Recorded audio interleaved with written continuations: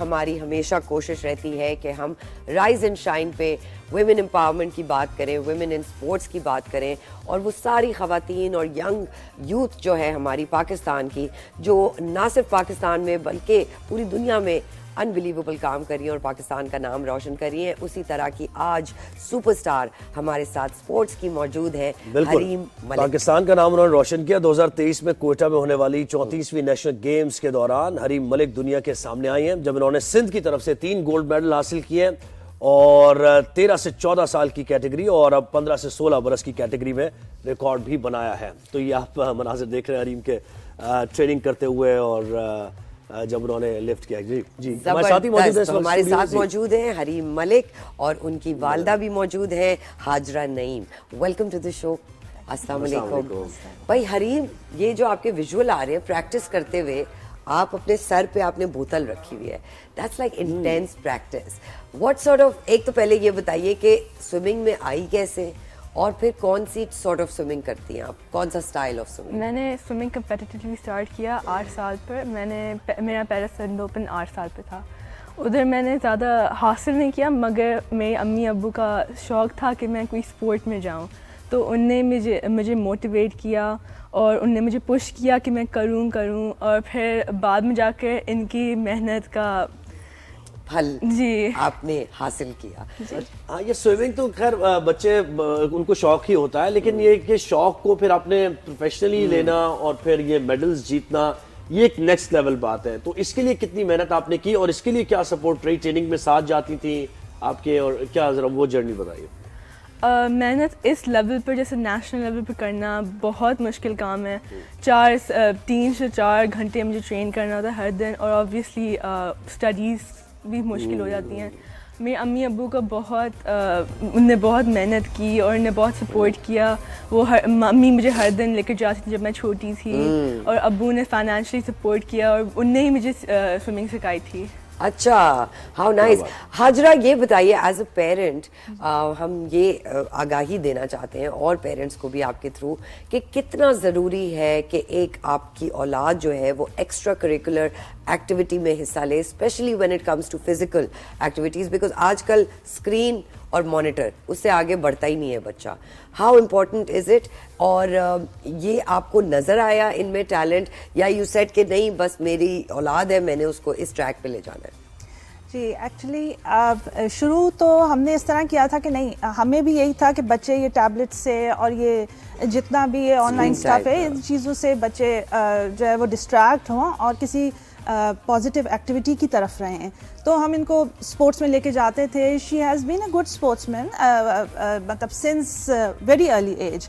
وہ اپنے اسکول میں ایتھلیٹکس میں اور سب میں بہت اچھی تھی. تو لیکن یہ کہ جب سوئمنگ میں آئی تو swimming is a very competitive sport, ہمیں بھی نہیں پتا تھا. جب شروع میں اس نے 1-2 میڈلز جیتے, پھر آہستہ آہستہ اس نے گرو کیا, تو احساس ہوا کہ نہیں she can do it, she is skilful ماشاء اللہ. تو لیکن یہ کہ بہت زیادہ ہارڈ ورک ہے اس کے اندر, کیونکہ سوئمنگ کا یہ کہ if you can not do like کہ ایک دن آپ نے کیا ایک دن آپ نے نہیں کیا. It's a daily routine, daily training, otherwise آپ کے بالکل سیکنڈز میں آپ کے کمپٹیشن ہوتا ہے. تو حریم, یہ تو سندھ کے لیول پہ تو آپ نے خیر میڈلز جیت لیے پاکستان, لیکن جب انٹرنیشنل آپ جاتے ہیں تو پاکستانی سوئمرز کو اتنا اچھا پرفارم کرتے ہوئے ہم نہیں دیکھتے ہیں. تو کیا یعنی ٹریننگ میں کوئی پرابلم ہے, یا پھر ڈائٹ کا مسئلہ ہے, ٹیکنیک کوچنگ نہیں ہے, اس کی وجہ کیا دیکھتی ہیں, اور آپ چاہتی ہیں کمپیٹ کریں انٹرنیشنلی؟ جی میں نے اس سال میں نے ایشین ایج گروپ میں میں نے حصہ لیا تھا, اور پچھلے سال میں نے کامن ویلتھ میں حصہ لیا تھا. تو اس لیول پہ پہنچنا بہت مشکل کار ہے, کیونکہ پاکستان میں کوئی ریسورسز ہے نہیں, ہمارے پاس فیسلٹیز ہے نہیں. جیسے اگر میں کراچی میں رہتی ہوں, تو کراچی میں ہمارے پاس 15 میٹر پول ہے نہیں, خالی KMC ہے, اور اس میں بھی وہ زیادہ ہائی کوالٹی کا نہیں ہے. تو پھر مشکل کام ہوتا ہے, اور اوور آل ہماری ٹریننگ مشکل ہوتی ہے, اور کوچنگ اچھی مل نہیں سکتی کیونکہ ہمارے پاس انٹرنیشنل کوچز نہیں ہیں. ان نے اس طرح کے کورسز نہیں کیے جیسے دوسری کنٹری میں کرتے. پاکستان میں ٹیلنٹ ہے, مگر ہم اس ٹیلنٹ کو یوز نہیں کر سکتے. So it's so important. تو حاجرہ, آپ اس چیز سے کیسے, دس از اے ہرڈل کہ جو فیسیلیٹیشن نہیں ہے یہاں پہ, اس کے باوجود آپ اپنے بچوں کو पुश करती हैं. क्या आपने कभी सोचा कि आप पाकिस्तान से बाहर ले जाएं इनको और उनको ट्रेनिंग करवाएं ताकि वो उनकी टेक्निक्स जो है और उनकी जो कोचिंग टेक्निक्स हैं उससे वो फ़ायदा उठा सकें?